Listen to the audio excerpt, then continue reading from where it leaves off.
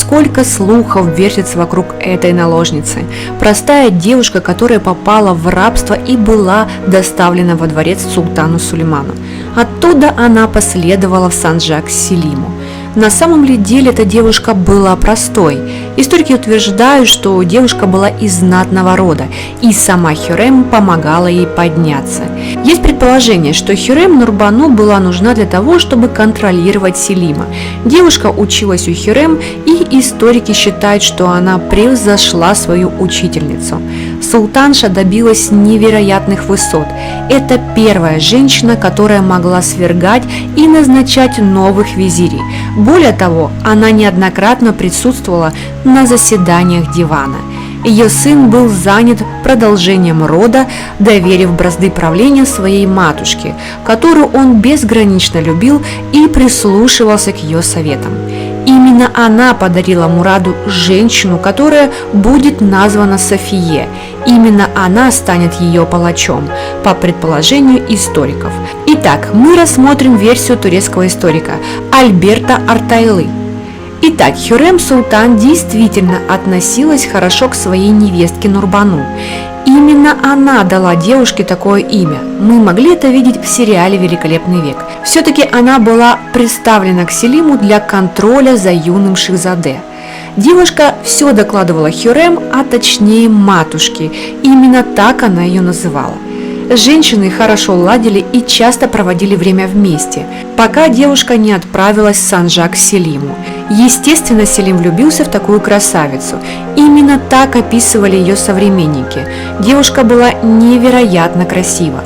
Она затмила своей красотой практически весь гарем. Нурбану родила 3 девочек и 1 мальчика.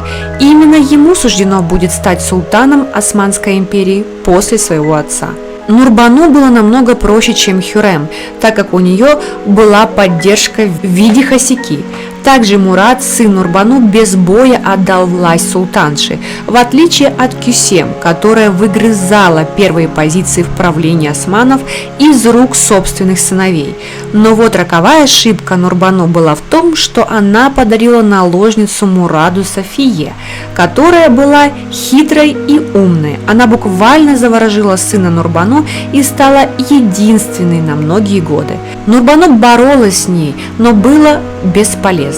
У Софии был 1 сын от Мурада, и больше детей у султанши не было. Она долгое время не могла забеременеть, поэтому Мураду подсылали наложниц. Каждый раз они возвращались без ночи любви султану. И Нурбану начала сильно переживать. Наследник один, а смертность маленьких детей была слишком высока. Возникала угроза прерывания династии османов. И поэтому в ход пошла клевета. Нурбану утверждала, что София ведьма, и благодаря приворотам Мурад не смотрит на других женщин. Вот тут-то и пошла война с Софией. Но, как мы уже знаем, что нет смысла бороться с сильной и молодой, не будет толку. Нурбану уже не могла защищать себя и свою власть, так как силы были на исходе.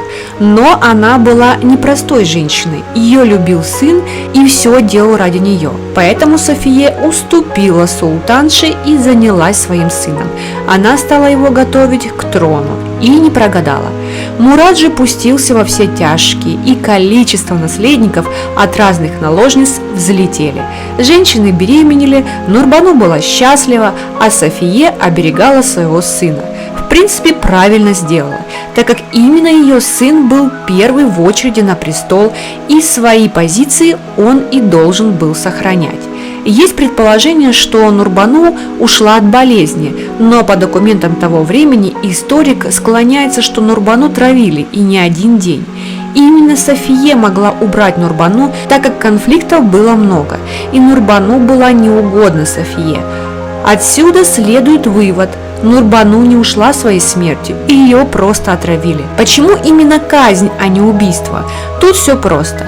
Если брать мужчин, то их душили шелковым шнурком, так как кровь османов проливать было нельзя, а женщин не душили, их травили. Это было намного легче. Мы, конечно, не берем простых наложниц, которые в гареме практически ничего не стоили. Именно яд был причиной многих смертей султанш. У каждой влиятельной особы османов был приготовлен яд для себя и для своих детей, так как это был самый гуманный метод смерти. Да и в еду его можно было легко подсыпать. Вот, например, мышьяк можно было подсыпать в десерт, так как он был сладкий. Это яд не действовал сразу, он накапливался в организме, и потом человек умирал от болезни. Яд в то время было сложно распознать. В основном лекари думали, что причиной смерти стала простая болезнь. Так и София с легкостью убрала Нурбану со своего пути, так как ей необходимо было бороться за жизнь своего сына и за свою. София приняла решение казнить Нурбану и открыть себе и своему сыну дорогу, и женщина не прогадала. Но, к сожалению, София ждала такая же судьба, как и Нурбану. Она также погибла от яда. В Османской империи были жестокие законы. Не все могли выдержать такой борьбы за место под солнцем. Нет четкой информации о том, как Нурбану Султан попала в гарем Селима II. Однако считается, что она была доставлена к османскому двору своим дядей, который был высокопоставленным чиновником в Османской империи. Она привлекла внимание Хюррем Султан, которая затем сделала все, чтобы она вышла замуж за ее сына Селима II. Нурбану Султан была выдающейся фигурой в Османской империи в XVI веке. Она была женой Селима II и матерью Мурада III, который вскоре стал султаном Османской империи. Согласно историческим свидетельствам, Нурбану Султан была известна своей красотой и умом. Ее описывали как обладательницу светлой кожи, темных волос и прозорливых глаз. Она также была известна своим элегантным стилем одежды и любовью к украшениям. Несмотря на свою красоту, Нурбану Султан была также известна своей сильной личностью и политической смекалкой. Она играла активную роль в делах османского двора и пользовалась большим уважением как своего мужа, так и сына. Султанша консультировала своего мужа и сына по государственным вопросам, и оба уважали ее за мудрость и рассудительность. Нурбану также была известна своей благотворительной деятельностью. Она основала несколько школ и больниц, а также оказывала поддержку вдовам и сиротам. Она была особенно заинтересована в благополучии женщин и работала над улучшением их статуса в османском обществе. Нурбану Султан умерла в 1583 году в возрасте 58 лет. Она была похоронена в мавзолее рядом с гробницей ее мужа Селима. Ее наследие продолжает жить как одной из самых могущественных и влиятельных женщин в истории Османской империи. Нурбану и Хюррем от бесконечной преданности до войны. Мифы и факты. Изначально Хюррем Султан сама выбрала Нурбану для Селима, а не девушка просила ее отправить в гарем Селима. Именно в отношении этих двух женщин в сериале допущено множество неточностей, о которых мы сегодня с вами и поговорим. Итак, сериальная версия. Уже в первый день пребывания в гареме Сесилия попала на глаза Хюррем Султан. При этом не просто попалась, а настоятельно просила отпустить ее, обещая, что за нее дадут выкуп. Хюррем такая наглость сразу привлекла. Именно в этой бедной и замученной девушке она увидела себя. Хотя нет, не себя, а лишь ту девушку, которой она была когда-то. Дальше больше. Когда Селим уезжал в свой санджак, Сесилия не попадает в его гарем, хотя страшно этого хочет. Она понимает, что это ее последний шанс на нормальное будущее. Тогда она идет к Хасики и заключает с ней сделку. Сесилия держит Селима под контролем, докладывает о каждом его шаге Хюррем и выполняет все приказы госпожи. Естественно, что она соглашается. Тогда Хюррем посвящает ее в мусульманки и дает девушке новое имя – Нурбану. Новоиспеченная мусульманка быстро привлекает внимание любвеобильного Селима, но ей пришлось приложить немало усилий, чтобы удержать его. Первое время она безукоризненно выполняет все условия сделки. Но душа Нурбану требует большего, поэтому она начинает настраивать Селима против Баязида, так как понимает, что лишь один из двух оставшихся братьев станет султаном. Дальше больше. Разгорается практически открытая война между Хюррем и Нурбану, в результате которой Хасики решает убить наложницу Селима и выбирает для этой грязной работы Фахрие, Но сама Хюррем умирает раньше времени, а Нурбану в схватке убивает ее посланницу. Поэтому по сериальной версии получается, что Нурбану пошла против Хюррем и даже в каком-то роде одержала над женой Сулеймана верх. Реальная история. А вот история говорит о совсем другом.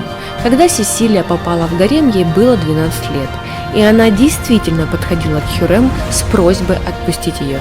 Это единственное совпадение. Хасики отказала девушке, но взяла ее под свое крыло. Она знала, что рано или поздно юная рабыня станет фавориткой одного из ее сыновей, но в этот момент не понимала, кого именно. Именно с легкой руки Хюррем Сесилия училась не только с другими рабынями, но еще и персонально. К 15 годам она в совершенстве владеет письмом и языком. Была умна, красива, скромна и верна своей новоиспеченной матери. Именно по совету Хюррем Султан Нурбану сконцентрировала свое внимание на Селиме и не прогадала. Никаких убийств наложниц султана она не совершала, впрочем, как и не стравливала братьев. Ведь и Назинин, и Хуриджи-хан Султан – это выдумки сценаристов, чтобы сделать сериал более интригующим. Нурбану всегда с большим почтением и уважением относилась к Хасики.